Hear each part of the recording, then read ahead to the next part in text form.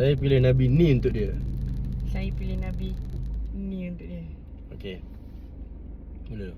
Adakah Nabi saya dia Bani Israel? Betul. Okey.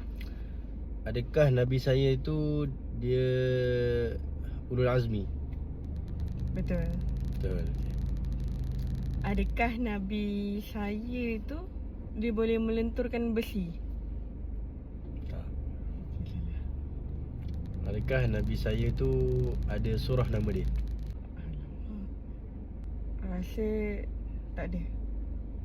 Tak ada suruh nama dia. Okey. Adakah Nabi saya tu dia menangis sampai buta matanya? Bukan. Bukan. Adakah Nabi saya tu dia dapat mukjizat membelah laut? Bukan. Okey.